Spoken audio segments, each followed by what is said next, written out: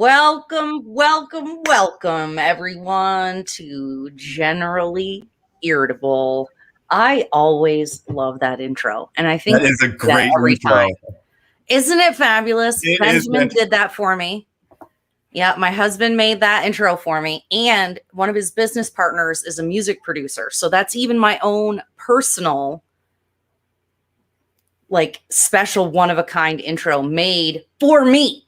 That's fantastic. It makes me feel pretty badass. I don't know if that's something that can get you censored. Can you say ass? Yeah. And it's not bad. Like, we don't swear on this program. Or I try not to, and I try to tell people that. So Chris, if I didn't tell you that before we got started, try not to swear. But you're pretty good about that. Yeah, I try. Yeah, so I'm super excited. Okay, so I'm super duper excited today to have Christopher Aaron Paul on the program. He is the communications chair of the Chittenden County Republican Party. How are you this evening, sir? I'm doing great. Thank you for having me, Erica. This Excellent. is a fantastic intro. I absolutely love that intro. Thank you. I'm very pleased. And there'll be some other products coming up for sale soon. If anybody really loves that silly, ridiculous eagle, there might be something that you can purchase with that stupid eagle on it at some point in the future. That's coming down the pike. I've got space on this shelf right here for Erica riding an eagle. Right here on this shelf. Oh my God, we should make a I should get a superhero character. I wonder if I can get a figurine made. Okay, that is not what we came here to talk about. Okay, I am digressing. I am totally digressing. Okay.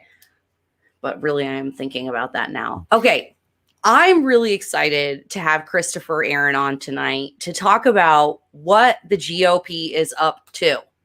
I'm especially encouraged to have Christopher on. And after I give you this little intro, Christopher, I want you to tell everybody your name and kind of, give a little bio and why you affiliate with the Republican Party. But this is why I'm especially excited for you to be on tonight. So just this week, I was at a store that shall go unnamed because you know how it is around here. If you're a Republican, your business is trash. So I went to this store. They know me. They know that I ran for office. The gals that work there voted for me. And one of them was like, "Oh, are you going to run again? What are you going to do?" And I was like, "I don't know." The way people treat Republicans here was really hard. It's like there is really a strong bias and prejudice against conservatives in Vermont that somehow we're all white supremacist, racists. It doesn't, and homophobic, transphobic, every kind of phobic. We're basically just evil people. And I said, and that's really hard to tolerate. I can't even get through to argue about ideas because I'm too busy being attacked as a person that I'm not and having to defend that. And so I was talking to this one lady who's new there, and she was like, "Well, that's not fair. That's not right." And I said, "I know." And I said, and what's really funny is so many people don't like what's going on either in Burlington or the state of Vermont. They don't like the woke politics. They don't like the treating conservatives badly. They don't like the demonization of the police. They don't like, higher taxes. They don't like the lockdowns, but they consider themselves Democrats and progressives. Mm. And the people on their team are pushing for all those things that they don't like. And it's like, look, I know you don't consider yourself a conservative, and I know you don't consider yourself a Republican, but we agree that this stuff is bad. Come to the dark side. Mm. Because we really are. We're the ones fighting against that stuff. We're the ones fighting against critical race theory in the schools, teaching children to be racist, essentially, and, to demonize one another. We're all fighting against this. We don't like it. Give the Republican Party a shot. I know you think that it's one thing, but come give us a shot. And So I just want to talk a little bit about, what it is that we're up to in Chittenden County, Burlington, Vermont. Some solutions, like I love your idea about the condos, converting to condos, like things that will make homeownership better. Like the solutions that we have as conservatives that are actually better and more likely to get the desired result of the misguided policies of our progressive and democratic counterparts. So that was a lot of words. That's kind of what we're going to be talking about today. Okay. I wanted to give people a setup. No, that's good. And tell them, so I want you to introduce yourself. And then one of the things, don't let me forget to talk about is when our next meetings are coming up and how they can come get involved. So don't let me, I'm going to write it down. Okay. Now tell everybody who you are and why you're so fabulous and how you came to affiliate yourself with the GOP. Okay. So yes, my name is Christopher Aaron Felker. I am 42 years old and a resident of Burlington, Vermont. I've been living here since 2013. We moved to Vermont in 2012.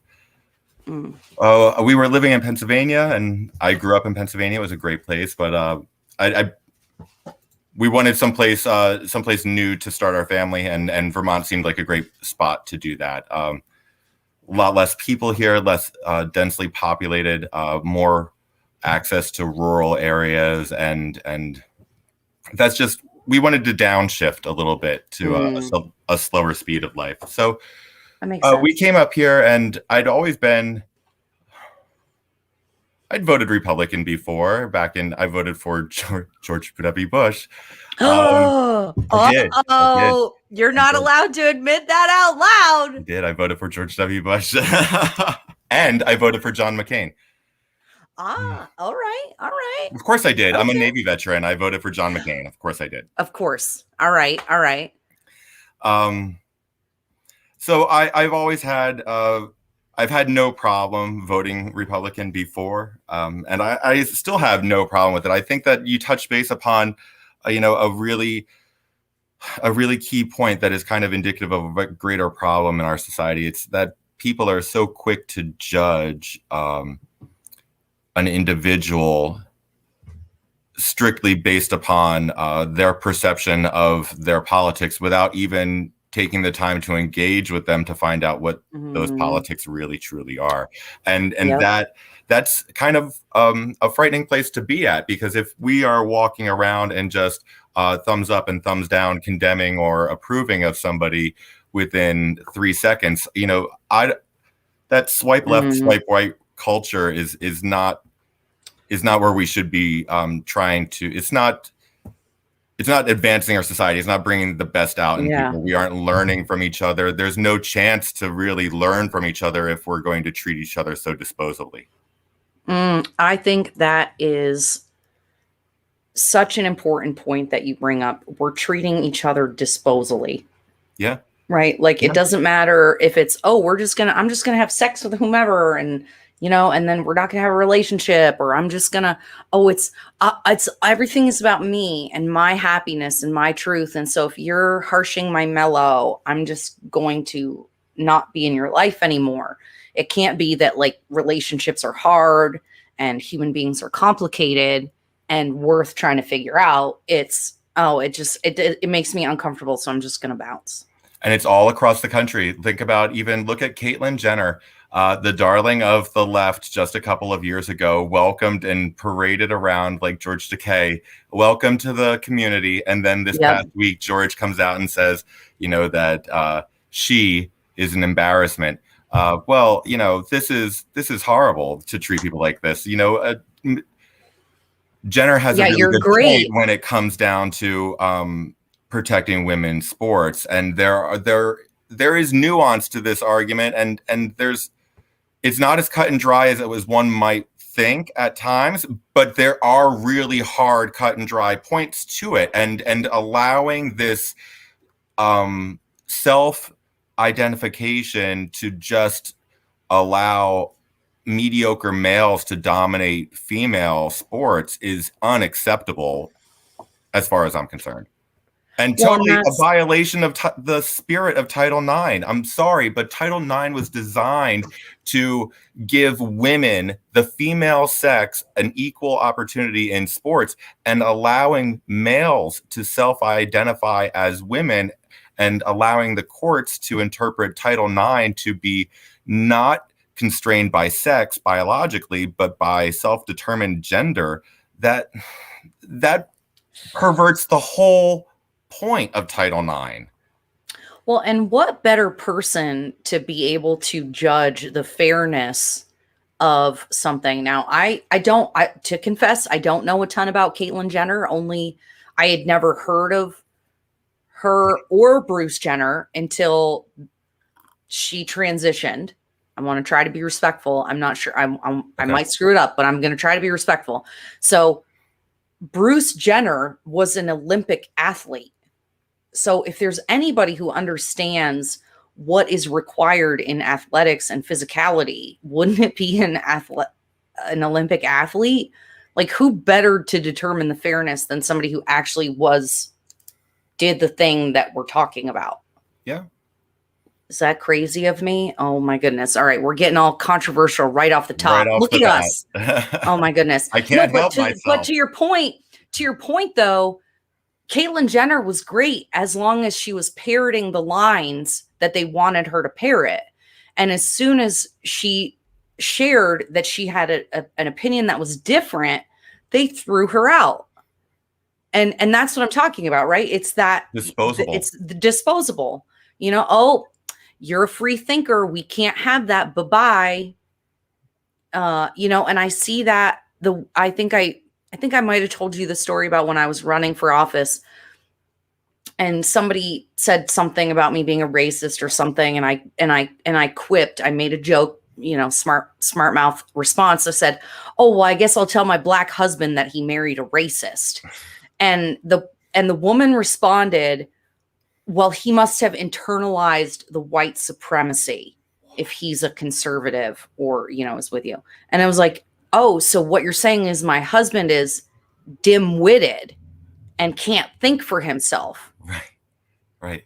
I don't know what's more racist than that. Right. The subtle racism of low expectations, you know, like, and low diminished capacities. It's so, they don't even realize they're doing it, which is the really, really astounding part of it, because they are going out of their way to condemn you, the viewer. They are going out of their way to condemn you and arrogantly proclaiming your violations or sins. But while they're doing it, they are espousing and confessing their own racist beliefs.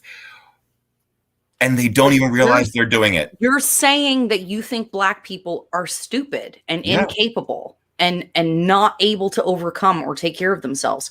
And I don't understand how they don't know that what they're saying is racist. Not able to go and get an ID to be able to vote.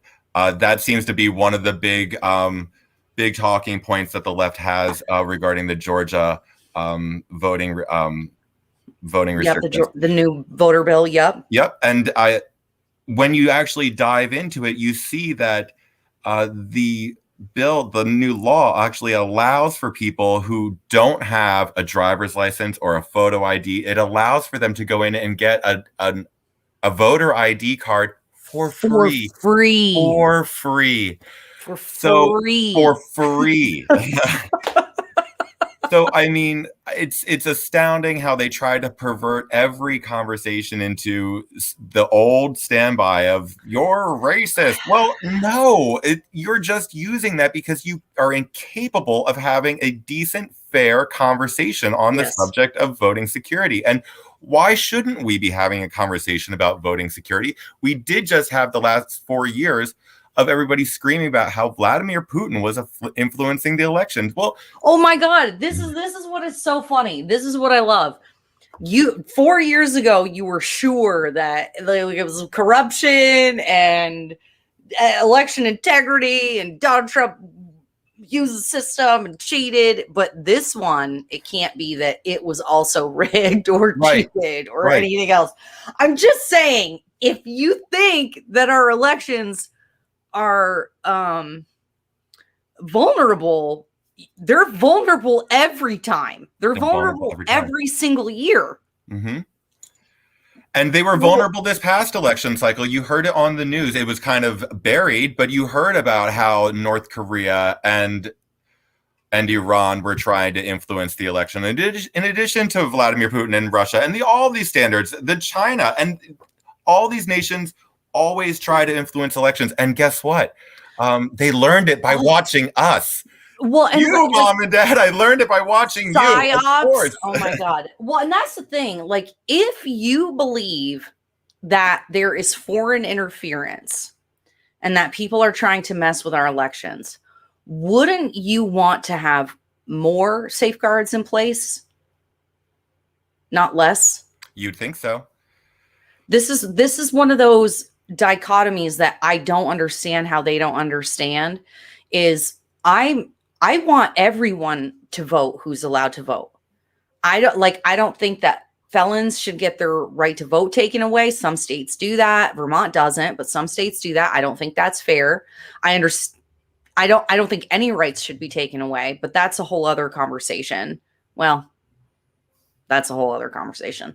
But yeah. I take back my comment. I'll have to think about that a little bit heavier. But in all seriousness, like, we want people to vote. We want people to be, we don't want anybody to feel disaffected.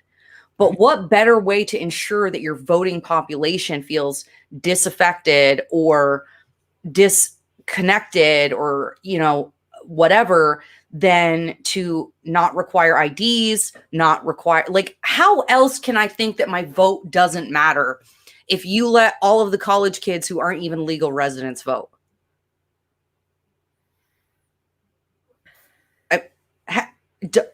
Don't you want us to have faith in the elections? Don't you want there to be election integrity? Don't you want to know that if there was foreign interference, we'd be able to catch it? That doesn't mean less safeguards. It just doesn't. Yeah. And I find it astounding that it's 2021 and we're debating the efficacy of signature matching as if a computer couldn't match a signature in less than 15 seconds. All you really have to do is scan the ballot in and see if the signature matches up with any one of, Erica Reddick or Chris Felker's signatures that are on file. And if it's close, then it passes and your ballot is approved and accepted. And if it doesn't, it gets bounced back to a bounce back pile and you are then contacted to see if you can come in and correct it. Remedy it. Yep. Exactly.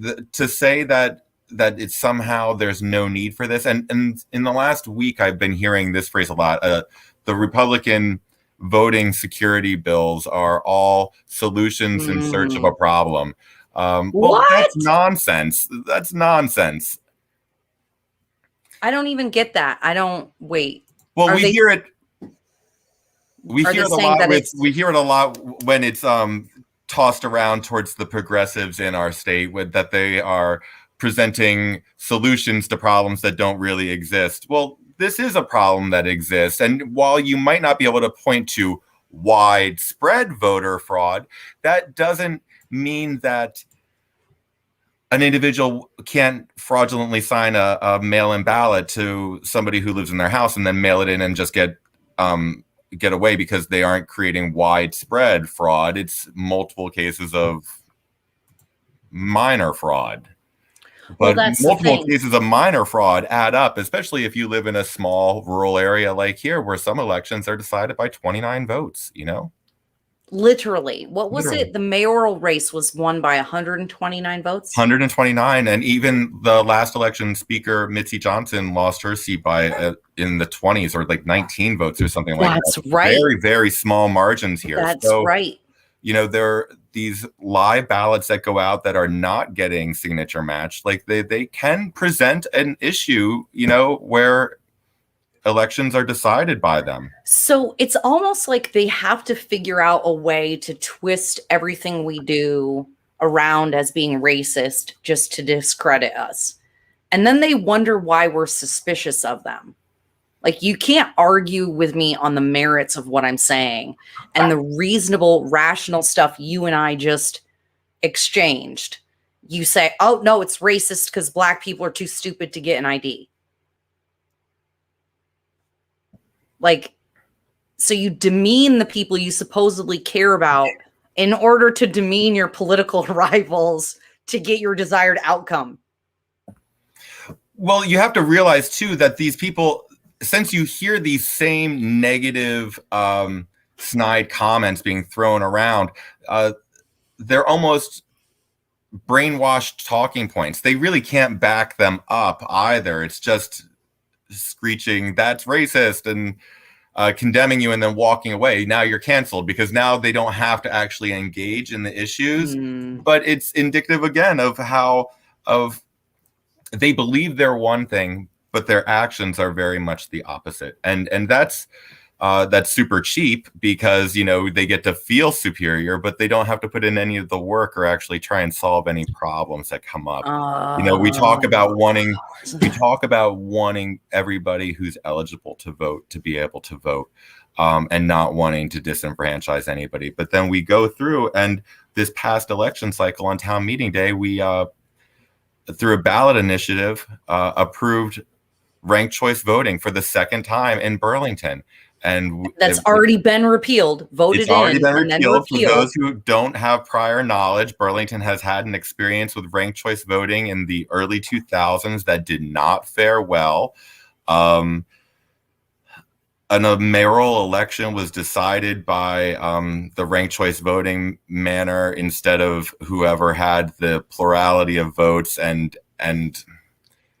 there were negative consequences that came from some of those that election that Burlington was still trying to dig out of for quite some time. And there are many volumes to this story. And if you're interested, please look up but we won't dive too deep into it now. But the truth is, because of Burlington's history in this subject, UVM, the University of Vermont, right here in Burlington, came up with a study that discussed the problems and with ranked choice voting. And they specifically talked about, there are a few paradoxes that come up that are just like statistical anomalies that can really swing an election when ranked choice voting is being utilized. But it also talks about,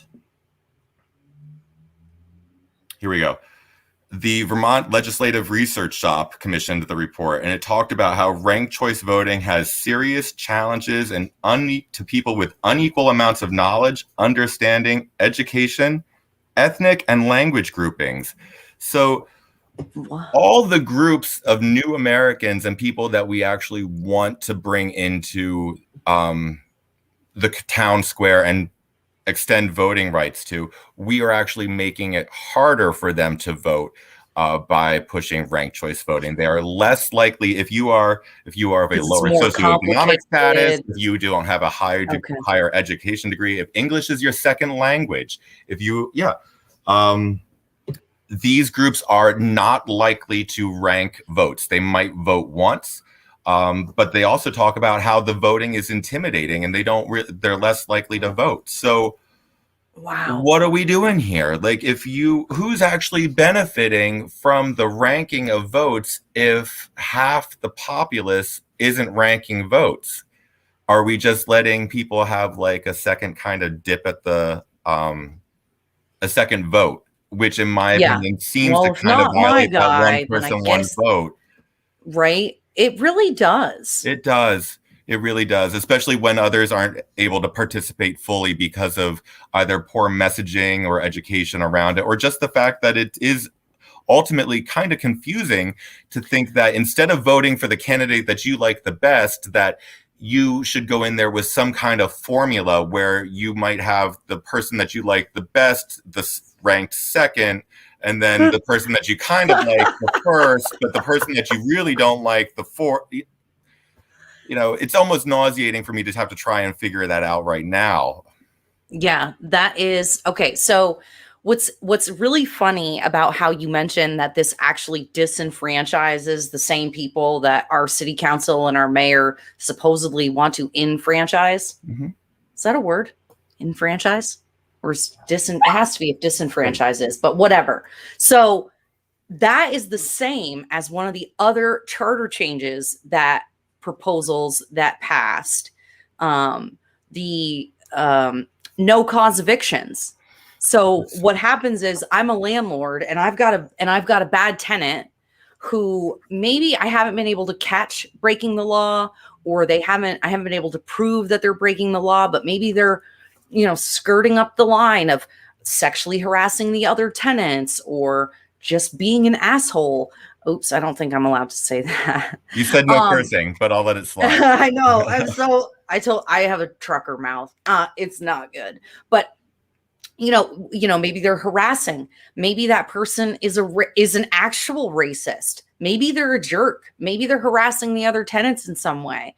But it's like not quite to the level of being able to arrest them or have a cause eviction. It's going to be in the lower income areas that this is going to have the most effect. It's not going to be your well-to-do, well-adjusted people. It's going to be people who, have less control over where they can live.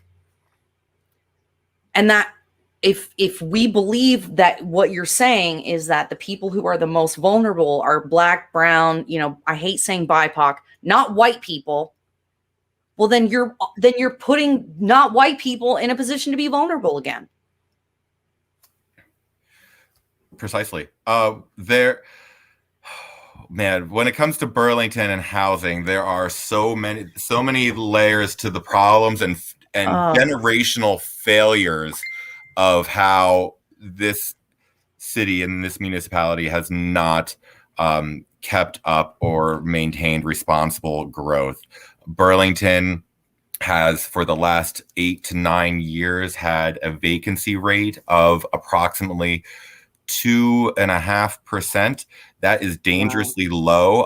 Vacancy rates that are promote a healthy marketplace are somewhere around like 6 or 7% nationally. Oh, wow. So a low vacancy rate means less housing becomes available and it becomes harder for people to obtain that housing. It also creates a spike in demand for it, which increases the overall rental costs. And what has Burlington done to address this problem? Next to nothing. And that's not only next to. Let me just say, I just have to say this. If Burlington is systemically racist, if Burlington is so racist, systemically racist, and so trash, then it is the Democrats and progressives' fault. Oh, absolutely. Oh, you're 100% right. Chris Rock said in an interview, you don't have to put up a sign that says no blacks allowed. All you have to do is make the houses all out of their price range. And that's exactly what they've done in this city. They've obstructed all responsible growth for 2 generations, at least. That has caused a decrease in housing stock, a rise in their property values to a point that it is almost ludicrous when you're looking at some of these clap shacks that are 150 years old and they're asking for $475,000 for them. And you're thinking, man, that second floor slope ceiling is a nightmare. There's a remediation hellhole inside there someplace. Like, what is, and the soil's contaminated. Well, and that's the same people have been in charge of this city for decades. Dems and progressives, Dem prograts, as my friend Paul calls them, have literally been in charge for decades.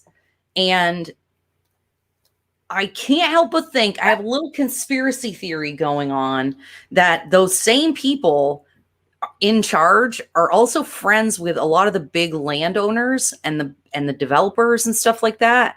They have a vested interest in making sure that their property value just goes like this. They're the ones in charge.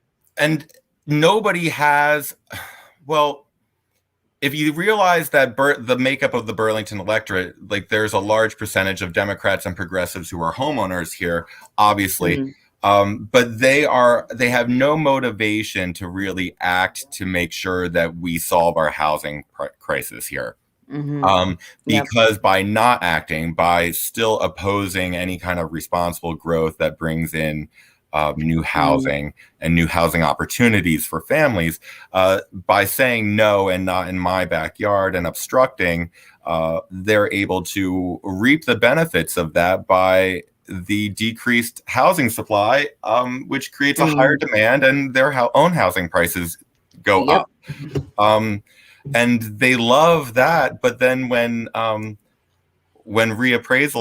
reassessment time comes around, they're freaking out about how their houses are now $100,000 more expensive than they were before, and they're going to have to pay taxes on that. Well, if you didn't obstruct all development for the last 15 years, then that tax base would have been able to be spread around a little bit more. Your property values would not have elevated so much, because guess what? Your house doesn't look that great to begin with. So there's no reason why all these homes are $500,000 around here. They're like monopoly houses. Like, they're garbage. It is wild to me. It is absolutely wild to me. I just go, I've loved seeing everybody freak out about the assessment. Ours doubled. Yeah. Ours doubled. A lot of other people's have doubled. And I'm like, why are you surprised? I don't understand how you can be surprised. Yeah. But so I want you to talk a little bit about your the idea that you proposed at the GOP meeting last month. So so bringing it back home to the Republican Party here, whether Burlington, Chittenden County, state party, you had an awesome idea that you brought to the meeting that I think people should hear, and that is, I'm going to get it wrong, so you got to correct me. People can turn their multi-family homes into condos, right?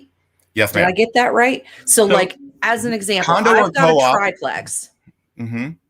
And I could turn it into 3 condos or and I'm saying all this in theory, it depends on zoning and blah, blah, blah. But okay, so tell everybody the pitch. Tell everybody the pitch you gave us at the meeting. So here we go. This brings us back to, again, ballot initiatives. And so this past town meeting day, in addition to what we were just talking about with just cause eviction in Burlington, that was a ballot initiative that was passed, and that limits the landlord's ability to decide whether or not to renew a tenant's lease,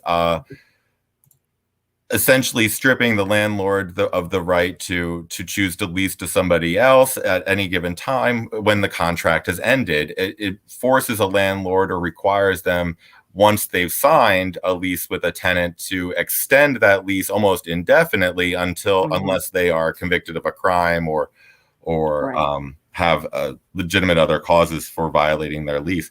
That makes it difficult.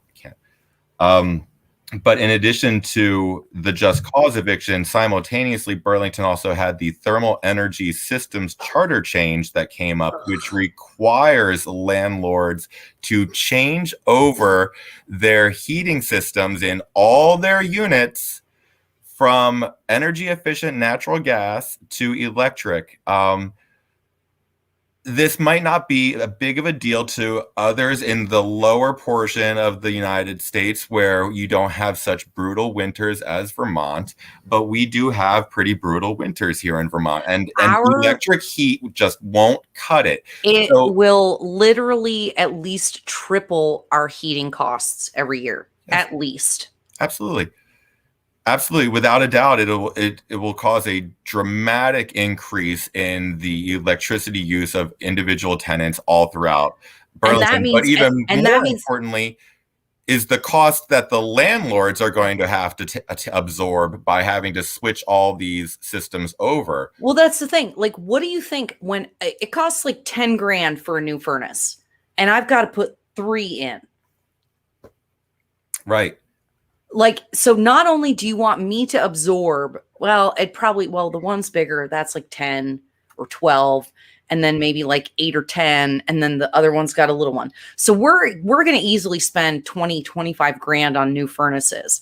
And then I'm going to have to raise my rent to pay for that, because we don't make 30 grand in a year in income to pay for it. And so I'm going to have to pass that cost on to my tenants, and then their electric bills are going to triple. Mm-hmm. Making it, and that's just one layer, because there are other tax increases that are coming that then also have to get passed along. So now we're making it even less affordable to live in Burlington. And Burlington already has a very high rental cost. We are about, I think, 80% above the national mean. Yep. For a small town of about 45,000 people. It's quite expensive to live here, and I understand there are selling points to the accessibility in Burlington and how you don't necessarily need a car, and there are those city selling points to Burlington, but city council seems to have no problem spending property owners' money and then coming around for a second round to tax them. So this brings us back to the point of, oh, go ahead. No, I was going to say, they literally, all I can imagine is that they just do not consider the second and third order effects of their decisions. Oh yeah. Like in all sincerity, how do you expect, it's like they think everyone is Redstone Apartments or something like that, where they own like hundreds and hundreds and hundreds of rental units. And maybe they make more money and they can afford it. But most landlords in Burlington are actually folks like my mom and I, my husband and I co-own this property with my mom. And, you know, we wanted to have an asset in the family. We want to make sure that, you know, she's taken care of in the future and that there is a place no matter what. And like, you guys are literally taking away my ability to take care of my family because you think I've just got this pile of Scrooge McDuck money in my basement that, you know, when I feel like it, I go down and I start, you know, doing a backstroke through, and it's not true. Mm-hmm. And so it's like, where do you get this idea from? And then why don't you consider do you believe that it is my obligation to pay for my tenants to live in my house? Like, is that what you believe? You believe it is my duty and responsibility to pay for them to live in my house? Why would I do that? I mean, exactly. To be fair, we do rent below market value because we think that market value here is out of control and it feels like highway robbery and it makes me feel guilty. And so as a result, we rent to first responders, we rent to nurses and people who live locally, who provide a necessary service to the community. Well, I guess everybody's necessary, but you get what I'm saying. I do. I'm digressing, Chris. I interrupted you. No, that's absolutely fine. You're 100% right. There are lots of issues with renting in Burlington, and Burlington does have a very high percentage of residents that are renters, and that again adds another layer of complication to the mix. And it is almost a completely unhealthy percentage of renters in the makeup of Burlington, and that number exists because of the fact that there are no homes for sale in the city of Burlington in the entry-level housing market. That's right. You can truly not find anything for a family under $350,000 in this town. And if you do find something listed for that price, there will be a bidding war, and it will probably close for about $50,000 to $75,000 more than that. So you're just forced and relegated to renting, and that number is actually a really important number. I don't want to skim by it because we talk about 350, but the settled number is usually around 4 is what you're going to end up selling that house for, and that becomes very, very problematic because a VA guaranteed loan. So we're talking about people who've served their country, who honorably, who have access to a VA guaranteed loan. That caps out at about $417,000. So we're talking about not even having a housing market that could sustain or be welcoming to, our veterans. How much even? Well, and that's the thing is, think about that. If the average house, what is the average house again? Here in Burlington? Yeah. Well, it depends upon the Did you say what neighborhood. it But was? if you're in my neighborhood in the Old North End, you're looking at old 150-year-old cottage or farmhouse style homes with sloped ceilings, 150 years old, probably about 900 square feet at best. A medium-sized master bedroom and two small closet bedrooms with maybe a downstairs bathroom for about $420. That's what. So you figure 420. That's like a $4,000 a month mortgage, and that doesn't include your property taxes, your homeowner's insurance.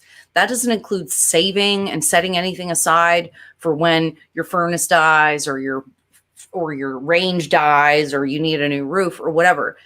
You have to be able to pay maybe like $5,500 a month just for your housing costs in order to buy a home in Burlington. And to rent, it isn't even much better, because if you're a family of three, 2 parents and 3 children. So say you're looking to rent a 4-bedroom apartment or home in Burlington, you're looking at spending $4,000 easily every month. So not only are houses too expensive for veterans to purchase, our housing and rental supply of housing is too expensive for families to live here, which only perpetuates the problem even more, because then these landlords still want that amount of money for these 4 or 5-bedroom homes that are old. And they end up renting them to people, but that forces them to go online to Craigslist and Facebook and forces many people into these communal living situations, which actually afford them less legal rights than they would have if they had signed a lease contract, or again, if they owned their own property, which you don't have any greater housing security than owning your own property. Which brings us back to the issue at hand. Because of these 2 ballot initiatives that Burlington voted upon, the Just Cause Eviction and the Thermal Energy Solutions, that puts landlords and property owners in a very unique and a very difficult position, where they are now being told that they have to continue to rent to people. Step 1. Step 2, they're being told that they're going to have to upgrade and put thousands of dollars into these units that they now admittedly have less control over. And that's just the first 2 steps. That there have already been rumblings about, quote, rent control prices and price options. So what's in it for the landlords at this point? If they're smart about this, they would seriously be reevaluating their business model and considering going a different route or pivoting slightly. They already own the properties and they manage the properties simultaneously. So they have the ability to convert many of these units from rental, or they can pivot their business model from renting to condo or co-op model, where they sell the individual units, put them on the market and list them, and people can purchase 1 or 2 units, tear down a wall, the same way that they've done in other cities. They could purchase these units, and then that the landlord gets this massive influx of money because they've just sold the property. And then they can do what they want with that. They can retire, they can do whatever. But they could also just continue to maintain the properties, charge a small HOA fee for collecting taxes and waste removal and coming to make sure the roof is okay. And it opens up the housing market the entry level in the housing market in Burlington all across the board, because there are so many rental units in this town. It's such a high percentage of the housing stock. Yep. There are citywide regulations that are limiting to condo and condo conversion of rental units, but those regulations are really only applicable to units or buildings that have more than 10 units. Right across, Oh. right out the right out of the gate, almost any restrictions and regulations on rental housing or rental stock, owner occupied duplexes are automatically excluded. So that's why years ago you saw the great migration over to Airbnb, because the landlords are just sick and tired of dealing with some deadbeats that they had to deal with, and they just decided to pull their extra units off the market and do it Airbnb style. They figured they had more success doing that, and I don't blame them for that. That's You their can make property. more money. Yeah, They you can make can some make more more money money. and less heartache and head and you know. You don't give up control of your property. You're not giving rights to somebody. Like, people don't realize that in Burlington, especially, our tenants have more rights to our property than we do. And I, maybe that's hyperbolic, but if it is, it's only like this much hyperbolic, because to get a person who is not paying their rent out, an eviction process takes 6 months minimum, usually, maybe 3 months if it's not wintertime and somehow, I don't know, they're cooperative or something like that. But every landlord I talk to says it takes about 6 months. So that means I could have somebody living in my house for 6 months, not paying rent, being a jerk, wrecking stuff, doing whatever, and I have no recourse. It doesn't matter if it puts me in harm's way. It doesn't matter if it puts me in financial harm's way. It literally doesn't matter, because I cannot remove people from my house. And so I thought this idea, like, this is when I said Republicans have better ideas than the left. This is exactly what I'm talking about. So we could actually take existing units, convert them to condos, and then create a whole new housing market for people who otherwise wouldn't be able to buy and live here. Yeah, you're absolutely right. You're absolutely right. And the big problem with Burlington in general is the fact that, yes, a solution that naturally comes up is people say, well, we could build more homes. Well, yes, in theory, we could. And trust me, I totally advocate for building new homes in Burlington all the time. The problem is the regulations in the state make it such that if you plan on trying to build something, it could take 10 years to actually get it constructed. And there's a lot of struggling and fighting in the courts because of Act 250 and the fact that almost anybody in this state can, if they have $47, they can go to the courthouse and they can file a claim to block your build. So yes, building new homes is an important part of this plan, but at the same time, we have to be realistic that it doesn't solve the problem today, and it most likely wouldn't solve the problem for almost 10 years. So how do we create new housing opportunities for people in Burlington? And there are plenty of rental units in this town. Putting these units on the market, in addition, it totally opens up the entry-level market, because we would flood the market with almost 2,200 units in the course of 18 months. And that would be incredible to be able to do something like that. But it also builds wealth, because nothing is going to inspire wealth creation in starting families and new American families other than property ownership. That is the greatest way to create and start wealth and grow wealth. And then you own something. There's pride. No greater housing security than owning your own apartment or owning your own home. So if we want to provide housing security for people, then let's incentivize selling these units, because another problem is winterizing, right? The city and the state, they always talk about wanting to winterize rental units. Well, there's really nothing in the landlords for it, because the tenant pays their heating costs on their own generally. So going in and updating expensive windows would just be a cost that the landlord would have to absorb. But if we sell these units and put them on the market, then the people who live there are the homeowners. And so if they want to put in new windows, they can either bring it up at an HOA meeting, or they could just order them and have them installed. So you can actually achieve that goal of energy efficiency much easier by spreading it around and building this wealth in the entry level market. Okay. So now here's the obvious argument that members of our city council would have. I can already hear it. Oh, but that's still because they're trying to make it so you can't do Airbnb anymore, or they're significantly trying to curtail people's ability to have Airbnb here. So they would say, well, that's still just taking rental units off the market. And we don't like that. If the city of Burlington wants to house people, I suggest the city of Burlington build houses for people.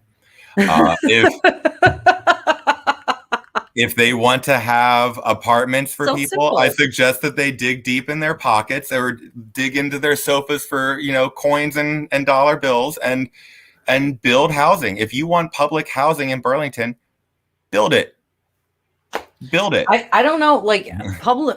But if you want to protect our housing stock, which is something that the progressives talk about wanting to do all the time, they want to protect the charm of these historic neighborhoods. If you want people to reinvest in these old Victorian little McMansions that we have up here, the best way to do that is by having people take on the responsibility of home ownership inside of them. Yep. As opposed to renting them out expensively to college kids that are, let's just be fair, hard on the buildings. Yes. They're just hard on them. That's the thing. We're not allowed to discriminate against college kids, and yet they're more likely to wreck your stuff. And they also are part of the cause of the high cost of living. So because we have all these wealthy people who send their kids to UVM, which at one point was the most expensive state university in the country. I don't know if that's still the case, but I remember it was like 8 years ago or something like that. I remember that was the case. So you got all these wealthy people sending their little bratty rich kids up here to go to college. And yes, I'm talking to you bratty college kids. I don't care. If I'm offending you, suck it up. But and their parents will pay whatever the cost is. I think John and I last week on the show were talking about, I said, I knew people in college whose parents bought apartment buildings for them to go to college here. Mm-hmm. And now they lecture others on privilege. This is what I'm saying. Right. When somebody who owns an apartment building lectures me or you on privilege, it's just like, come on, man. Come on. How do you say this stuff with a straight face sometimes? That's what I'm saying. So doesn't this seem like a better, we want to encourage, okay. Let me back up. I got too many things running through my brain right now. So did you say there were 2,200 units possible? Well, so it's important to think about it in different, you have to break down the density of each ward essentially, and look at what the housing stock is that's made up of in those neighborhoods. And so if you're talking about, if you're talking about Burlington, the whole circle of the city, there's a lot of diversity in rental units. There are some high rise, 30 units or more, but a lot of rental units in wards 2 and 3, the old North End area and parts of the South End. Those tend to be homes that were converted. So you're talking about unit or apartment buildings that have 6 or 7 or 8 units. And ultimately the city regulations say that if you have 10 units or less, you could convert over to a condo or co-op style of building. Okay. Relatively easily. There are some regulation based upon tax parcels that I'm still trying to find some answers on, but that would be more a domino effect issue. You'd have to work out the timing on how you might have to go smaller, very micro in how you start to convert units. Like you might have to start on the outsides and then start moving them inwards that way. Well, and like I'm thinking in the new North End, as an example, much of our neighborhood is low density residential, which means you're not supposed to have more than a duplex unless you get special permission from the city.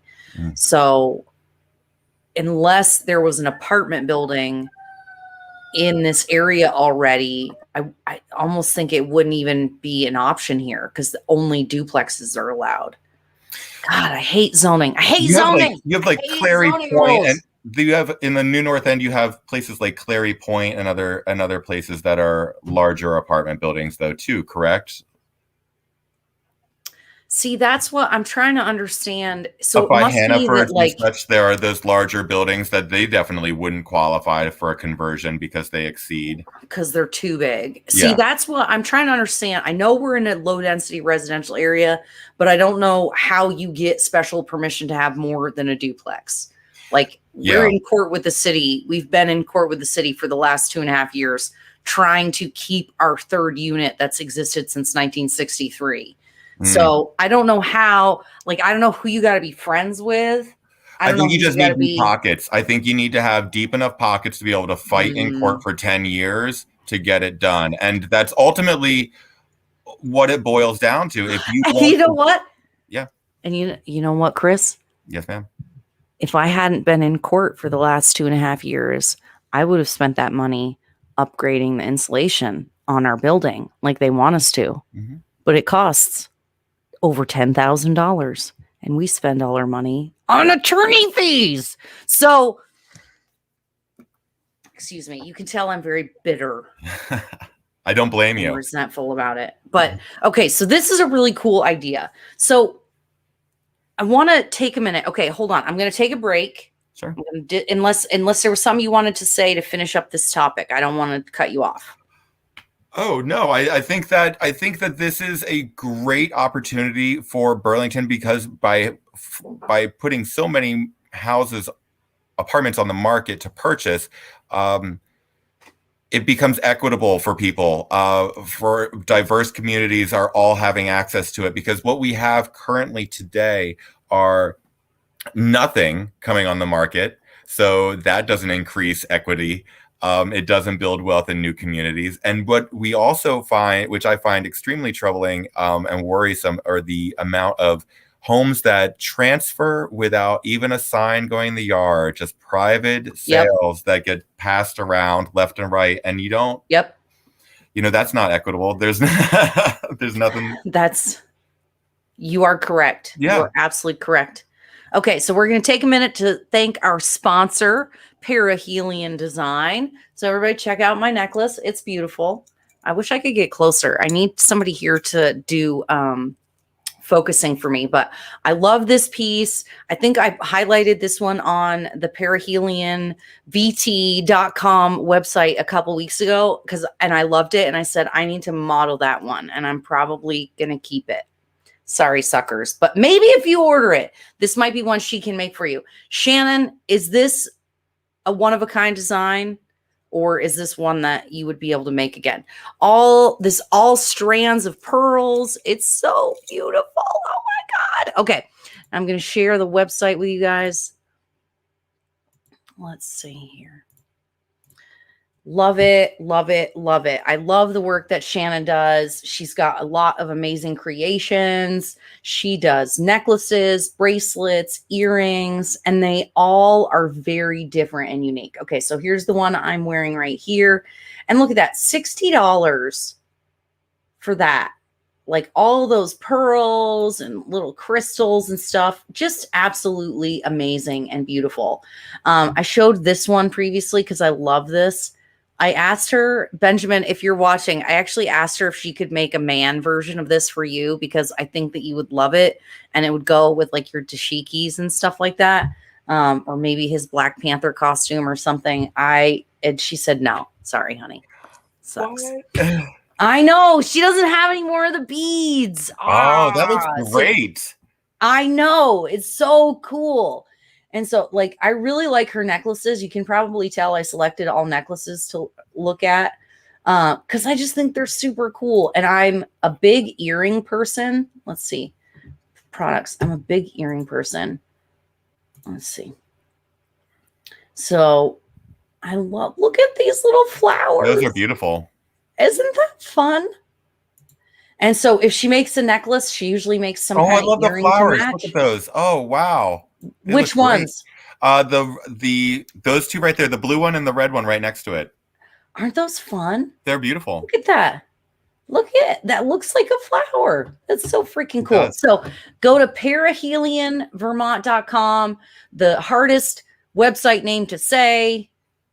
Shannon, why did you pick such a weird name that's so hard to say? Okay. perihelion.com. That's perihelion.com. perihelianvermont.com. Check them out. Order online. You can place custom orders. There's a contact page. Get in touch. And she's local, right in Grand Isle. So love it. Shop local. Do. Okay. So I thought I would also take a minute while we're taking a break, thanking our sponsor. Did I say that part? Perihelion Vermont, today's sponsor. So we've got a website, Chittenden County GOP. This is our website, right? Ooh, there's stuff going on. Oh, notice of a meeting. Wait. Oh, wait, this is old. We got to update this, Chris. Yes, this ma'am. is what we're working on, right? So yes, this is what we're working on. Here's the Facebook page. So the big thing going on right now in the world. Oops, there we are. Look at that. Oh, that's so meta. Not really. Okay. One of the big things that's going on right now is the Republican Party. I don't want to say we're rebranding because that doesn't sound right. But there is definitely a concerted effort right now by the party to work on our platform, to work on our messaging. As I mentioned, you're the communications chair.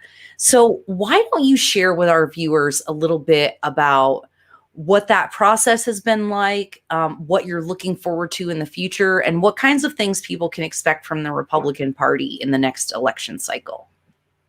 Okay. So I think that you're right to say that we are going through a slight rebranding, and I don't think that there's anything really negative with that. I think that as responsible adults, we have to constantly be self-evaluating where we are at and trying to always better ourselves and our messaging. And I think that if that wants to be labeled as rebranding, then so be it. But I call it growth. And it's something that really should take place after every election. You know, parties should sit down and they should reevaluate what part of their messaging landed and resonated with voters.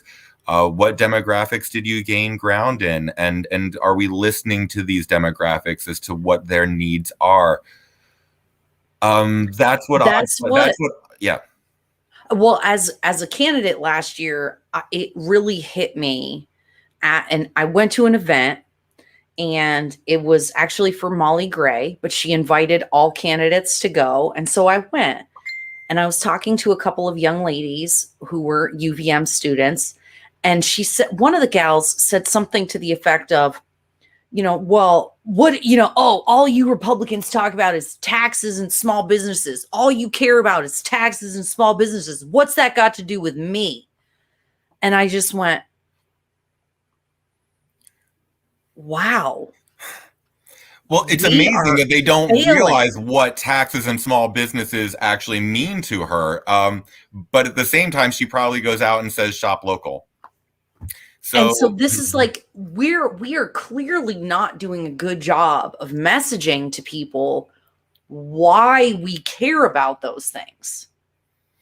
Well, yeah, absolutely. And it was probably a renter who came up to you, because if a property owner knows why taxes are important, a renter just thinks that their landlord's being mean when their rent goes up. They'd have no realization or understanding of the fact that that rent might have gone up because their school taxes or their property Mm-hmm. taxes went up, or there was some unfunded mandate where they have to retrofit all their thermal energy heating solutions for their building. Like, they have no, they think that their landlords are like Scrooge McDuck, and that they just have this vat of money that they can draw upon to essentially take care of these adult children that mommy and daddy aren't paying for anymore. Or maybe they are paying for them still, but they don't seem to understand why small businesses are important. Apparently, they don't understand how many businesses in America are small businesses and how they drive the economies. And they clearly don't understand how taxes impact their own housing costs. Well, and that's what, when you see the disparity in states, so as an example, I started my business when I was living in Texas, and a corporation, an LLC in Texas, does not pay a dime of income tax until, so an S corporation or a C corp doesn't pay a dime of state tax until they make $10 million. So they really set it up that they want people to start businesses, hire people, and create things, and they give you a very long runway to work with. The barrier to entry is very low. There's not tons of regulations. You don't have to have every certificate in the book. You don't have to have if you're a hair braider, you don't have to have a barber's certificate, that kind of a thing. Mm-hmm. And so I think your point was really smart, which is, at the end of an election cycle, how did we do? It's like, oh my God, why can't I think of the word? Getting notes from your director after a show. You sit down and you go, okay, what worked? What didn't? What did we miss? What do we need to improve? Yeah.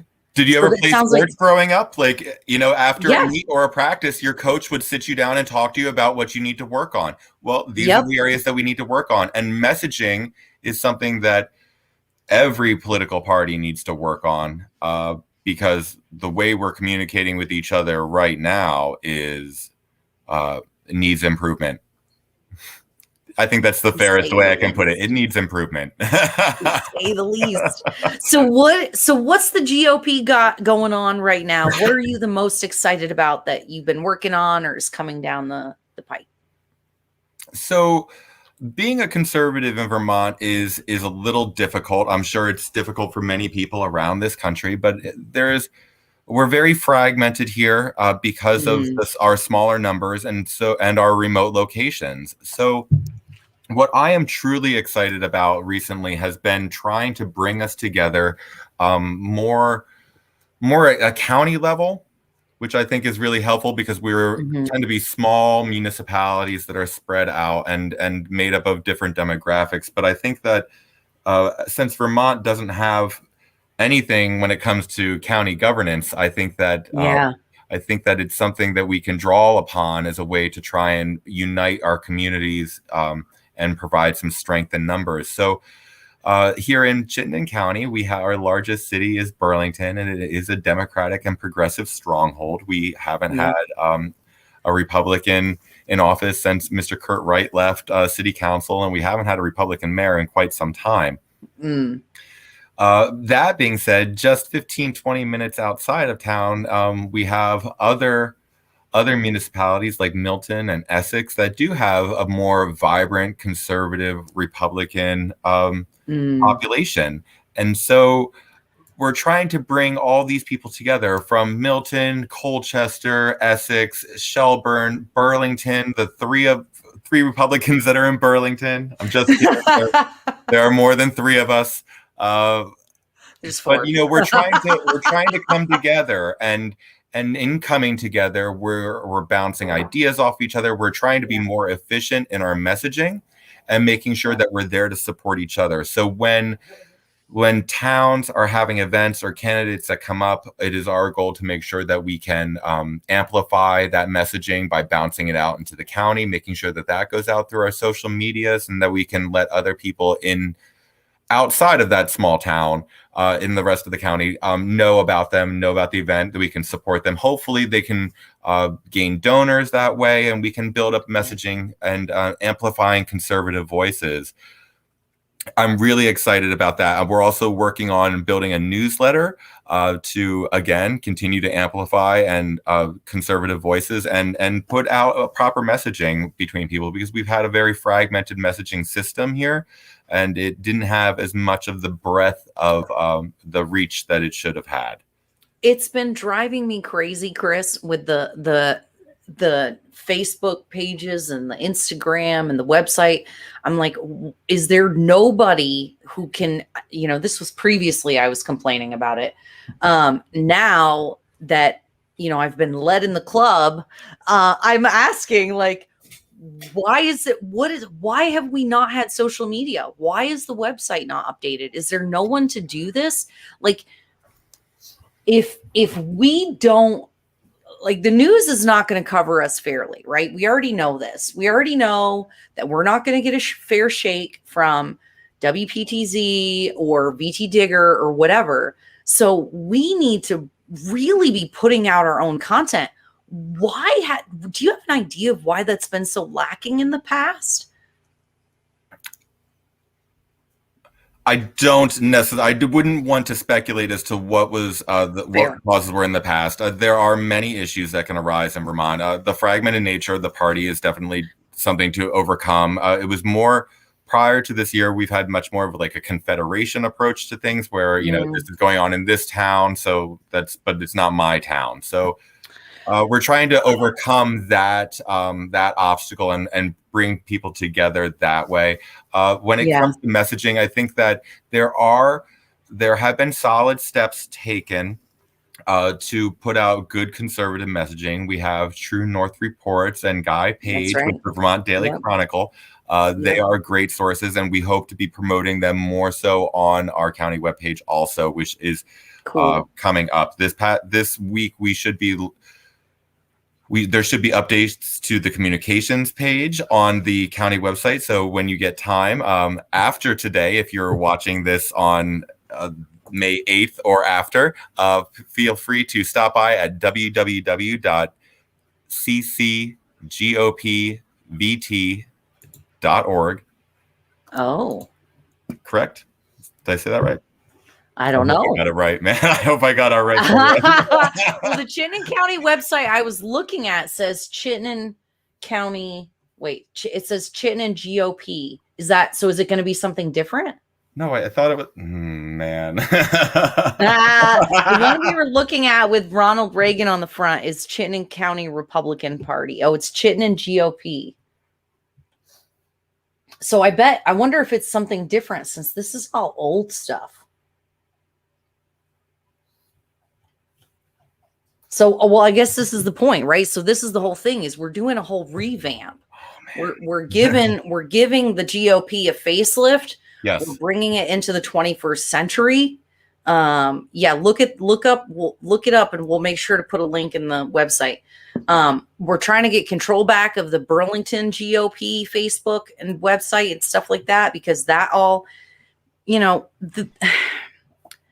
I don't want to skip over the fact what you said about us being fractured, because I posed this question to my network recently, and I said, why is it that conservatives are more committed to whatever their pet cause is than working together as a group to get candidates elected, right? So many, like, social conservatives and fiscal conservatives don't agree on things like abortion, right? But you need the same people to vote for you in reality. And you need the same people to be willing to volunteer for you and donate to your campaign. And if everyone, instead of like putting their foot, digging their feet in and being like, no, I'm not going to be friends with you, and I'm not going to support you because I don't like this one thing that you think. Like, we need to come together and support one another. And it's like a big dysfunctional family, right? Like, you've got the Trump Republicans, and then you've got the social, people who are socially liberal and fiscally conservative. And then you've got the libertarians, and then you've got the anarcho-capitalists. Well, I guess that's kind of different, but still, like, even those people basically still need to vote conservative if they hope to have anything that they actually want. Not saying I'm into anarchy. I'm not. But like, I would just really love to see the Republican Party set aside their differences. Like, I have members of my family that drive me absolutely insane. Like, I want to punch them out sometimes.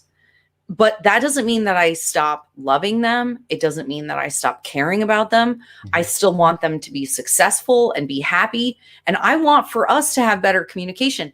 And if us Republicans can't get along, how do we hope to affect change in Vermont or in the country? I mean, I agree. I think that it really comes down to being able to put together a good messaging campaign. And I think that we have strong strategies. I think that we have good beliefs and we have noble causes that we stick up for.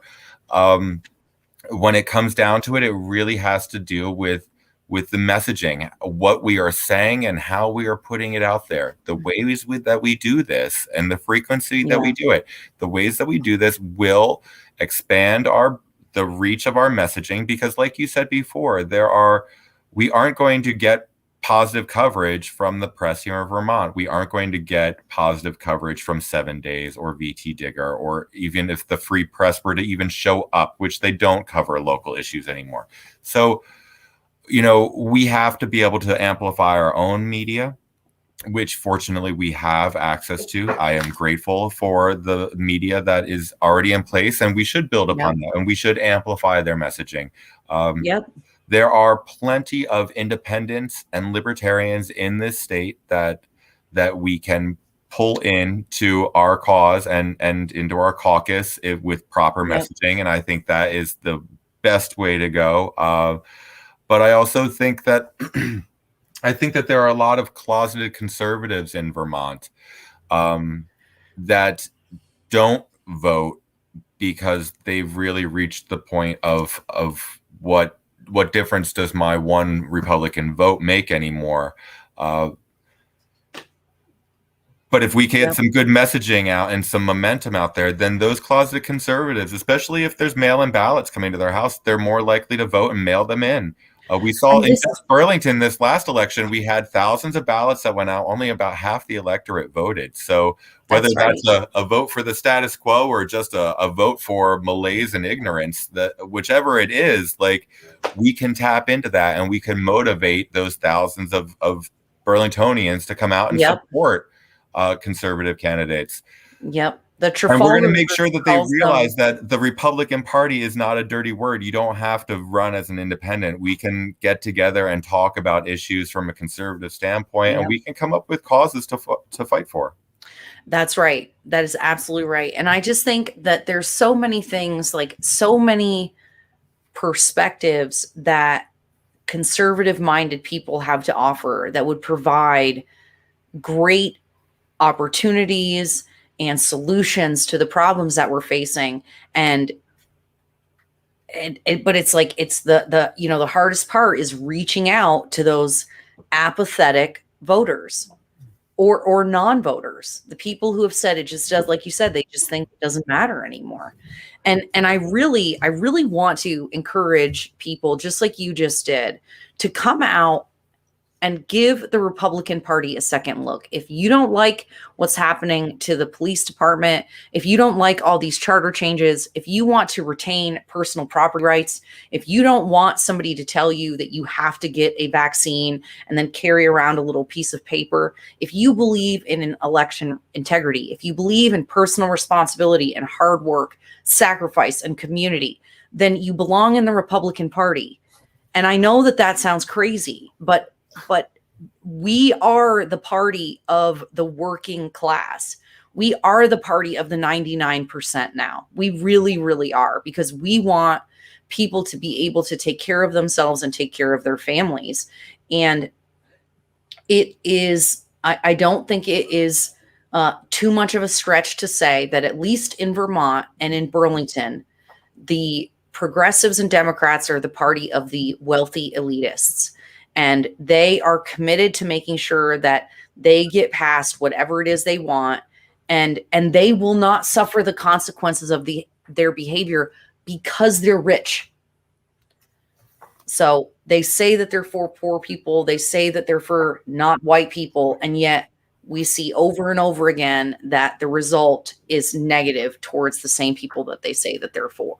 Oh, yeah. And so I love. We see it all the time with the progressives and the Democrats in town, especially the ones that love to grandstand about housing costs, but then they will fight or try to obstruct any kind of new development that takes place in this town.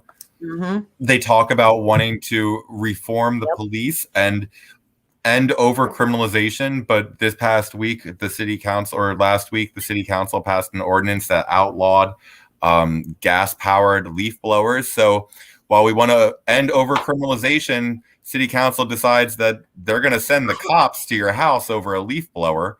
I don't know. They seem to not recognize the complicity in overtaxing the police and putting them in situations where they don't need to be in any way. Well, and it's like, do they not know? Like, you have to not know what's going on in the city to think it's a good idea. We are a small city of about 50,000 people that deals with sex trafficking, drug trafficking, illegal border stuff, including drugs and bad stuff. It's not just people coming to work on the farms. Okay. Mm-hmm. There's human traffickers and sex traffickers.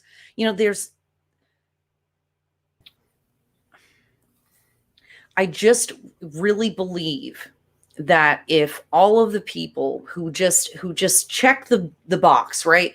They go into low information voters. And I'm sorry if you're insulted. I'm not sorry if you're insulted, but people who just go into the voting booth and go D, D, D, P, P, P, because that's there for poor people. They're for people. Republicans are racist. Like, you don't understand if you're not actually looking at the policies and then not just what the policy is, but what the results of that policy are. You're absolutely right. And a big problem is the fact that we, as the Republican Party in this town and in this county, we have not been putting forward candidates. So that narrative that they believe about us only gets reinforced by the sheer fact that we aren't on the stage to deny it. So we need to run candidates that come up and actually offer these perspectives as alternatives for them to vote for. Otherwise, right. Otherwise we're leaving all the cards on the table because we've already given up. Well, and I wrote something down that you said earlier before we went live about better ideas for governance, or I'm going to say this wrong. Basically, it's better to do governance at the local level, and you come up with better ideas and better solutions. And we've got nobody. This is what's funny. I keep getting called to join city committees and commissions because people know that I'm a Republican and they want some people want diversity on their boards. And I'm like, there's more Republicans in town. But this is my point. You get phone calls? I don't get phone calls. They don't call me asking me to join these commissions. Honey, I have to go hunt them down and be like, hey, I hear there's a seat on this commission. I will send them to you from now on. And anybody else, here's the thing. Anybody else that's watching, if you want to get involved, you message me on Facebook and I will connect you with the people who can appoint you or that can help you through the application process. Because it literally is like committees and commissions in Burlington are what are making the governance decisions here. Mm-hmm. So unelected officials that are appointed by their homeboys and their homegirls are who's deciding the policy and putting it forth to city council to vote on. So you actually have the power. All of you watching right now actually have the ability to apply for and make a difference. You don't have to run for state house representative. You don't have to be a city councilor. You could be a school board member. You could be a fire commissioner. You could be a charter change committee member.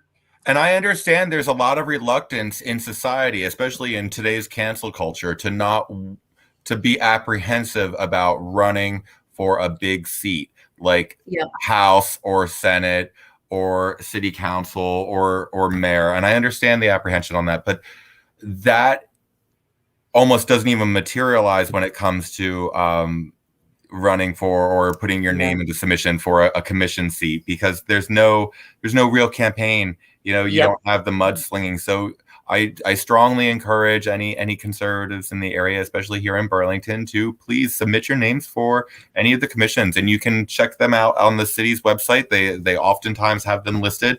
I believe there are two seats opening up on the police commission, and I strongly encourage any conservative. I hope a conservative can land one of those seats. Personally, I will be putting my name in for submission. I hope that Erica, I encourage you to do it also. As many conservatives as want to, please reach out and try. It will send a message to City Council that the Republican Party is no longer hibernating in this town. Yep. And here's the stop being a chicken. I can't stop being a chicken. Yeah. Everybody that's out there, like, you think in your mind, right? And I know how this is. I know it may sound shocking, Christopher, that Erica Reddick, at one point was too afraid to do stuff in politics because I didn't want to have my feelings hurt. It's fair. They're real nasty. It's not schoolyard nonsense. They say some things and they dig so deep that they can level you emotionally. And you see that happen on a larger scale nationwide from coast to coast. And it is, I understand. But here's the thing. But that's the thing. See, here's the thing. I get it only this much, because the one thing that I know for sure is that we will never be insignificant enough for them to leave us alone. We will never be small enough to be treated with dignity and respect. And by shrinking ourselves, hoping and praying that they'll leave us alone and no one will see me and no one will know, not only does it embolden the people that you're afraid of, it makes bullies worse when you shrink from them. But you're making it worse for your community members. So not only are you a coward, but you're selfish. And I'm not. There's a lot of fairness in that. I mean, it's really it cuts deep, but it's the truth. We all have to overcome that self-doubt and stand up, because our voices need to be heard. And there is a level of vulnerability that you can take into place. Like you don't necessarily have to go all the way out, but stand up. You can stand up and stand still if you'd like, but stand up, because it's time to do it. If you're tired of seeing the way that your city is being run, if you think that not everything's bad, but there are some ways that they could do better, stand up. And because you can offer a unifying voice where we talk about not necessarily everything that we do that's wrong or different, but things that we have in common, and build these bridges, and we can reach out and actually solve a lot of the problems that are facing us, instead of manufacturing problems to grandstand around, which is what we're all left with when we aren't even invited to the table anymore because we don't have anybody running. And you know what they say, if you're not at the table, you're on the menu. Oh my goodness. All right. I think that's a good place to put a pin in our conversation, Christopher. I cannot believe it's already been 90 minute. I know, that went by so fast. It did go by pretty fast. Oh my God. Okay. So before we end the live stream, is there anything else? So give people some places. Let's see, before we go, what meetings do we have planned coming up that people can attend? Okay, so I believe that there is a Burlington GOP meeting scheduled for the 25th of May. So it's the fourth Tuesday of each month.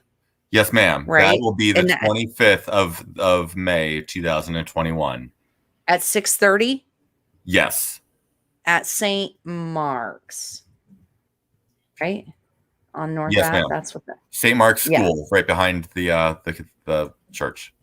Okay, St. Mark's School on North Avenue. So that's the Burlington GOP. So if you're a Burlington resident and you have a vested interest in Burlington not sucking, I shouldn't say it like that, but being affordable. Yep.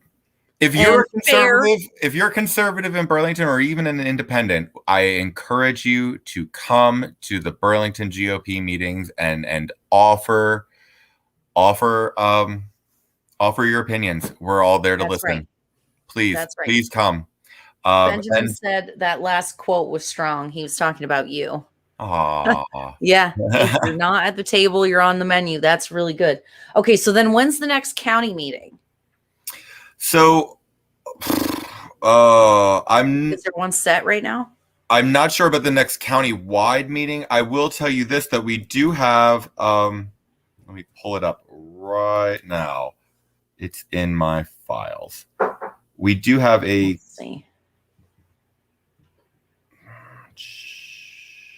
election integrity event. Here we go. We do have Chittenden County GOP Public Policy Forum. Has an event scheduled for Tuesday, May the 18th. So if you are listening, be prepared. There is a Zoom a virtual meeting Tuesday, May 18th, 2021 at 7 p.m.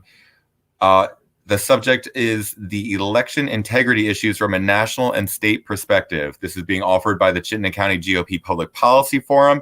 In conjunction, we are offering featuring Josh Finley, the Director of Election Integrity from the Republican National Committee, and Robert Roper, President of the Ethan Allen Institute, will be joining us to talk about election integrity issues. So I strongly encourage all your viewers to contact Ron Lawrence, and we'll put his email address up, and we'll also put this. Erica, did you get this announcement, the red, white, and blue one? No, what's that? Show it off. So I will make sure that you get a copy of this in the next 15 minutes, and then hopefully we can put that on the in the comments or something. For okay, yeah, I can put any links and emails in the comments after. So, okay, I'm writing it down. GOP event. Okay, so we're gonna add that to the comments later, and then it looks like the state GOP is having their next meeting on June 26th at 10 a.m. And that you can find on the state website.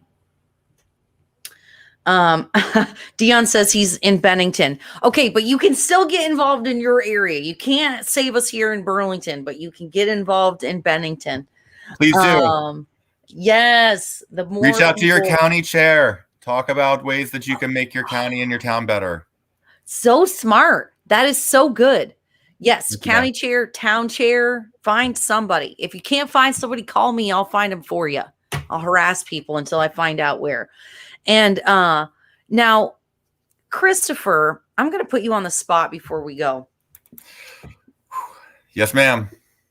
Don't you have a show possibly that you're working on yourself? Oh, I knew we should have talked about this before. Okay, so is that something? Is it still in the works? Are we still like sometime in the future? It is still in the works. We are talking about creating a weekly Vermont news and review show, something that recaps what happened and what took place in Vermont this past week. We're thinking about putting it out on like a Friday, so that way people can enjoy it over the weekends. We're talking about interviewing local politicians, amplifying their voices, breaking down the shenanigans of Montpelier, rating Governor Phil Scott for the week, and talking about different issues that are kind of plaguing our society today, especially when they come up. So it's in the works. We're working on it. We're looking to do about a good half an hour every week, and I think that there's a market for it. I think that even just the conservatives have a taste for this type of media, and I think our haters will drink it up. I love it. All right. Well, when that gets launched, we're going to tell you about it here on Generally Irritable because Christopher Aaron is one of my new favorite people.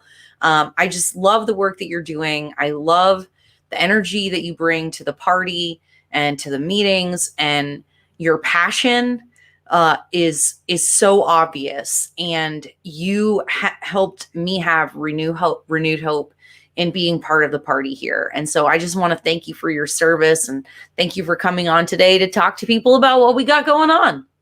Thank you for having me, Erica. And I appreciate it. Thank you for that tremendous compliment. And it was because of you, ma'am, because of you that I decided to stand up.